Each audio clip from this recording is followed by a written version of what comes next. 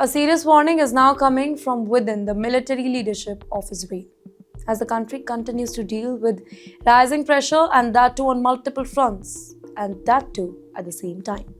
According to military assessments, Israeli forces are now stretched across several active zones, including the ongoing tensions with Iran, continuous clashes involving Hezbollah-linked fighters, and wider regional security threats that are developing simultaneously. And the concern is not just about battles, it's about numbers.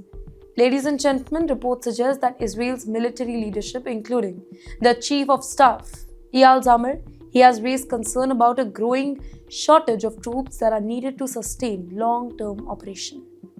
Well, the issue is becoming more and more visible as deployments increase and rotation cycles become harder to maintain. The Israel Defense Forces, they are continuously managing operations across multiple theaters, meaning that soldiers are being moved rapidly between different fronts, leaving very less time for rest, training, or reinforcement. In fact, military planners, they are now reportedly discussing whether mandatory service period may be needed to be extended or maintain operational readiness. And this is where the pressure starts building internally. Because troop shortages are not just a logistical issue, they affect the morale, they affect the planning, they affect the long-term strategy. When a military is stretched too thin, every new battlefield, it becomes harder to manage.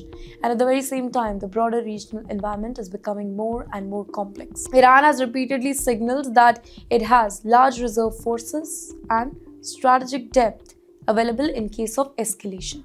Claims that are being closely watched but not independently verified, but still, such statements add the psychological pressure that is already surrounding this whole conflict. In the meantime, Israel's political leadership, including their Prime Minister, Benjamin Netanyahu, is facing increasing domestic scrutiny over how long the current level of military engagement can continue without additional manpower solution. So, in the end, we have an Israeli military that is stretched across multiple fronts, a leadership warning about manpower gaps, and a region where escalation risks remain very high and unpredictable. But beyond the headlines, there is a deeper reality. Modern multi-front warfare is not about firepower. It's about endurance. It's about how long forces can sustain pressure across different battle zones without any collapse in readiness.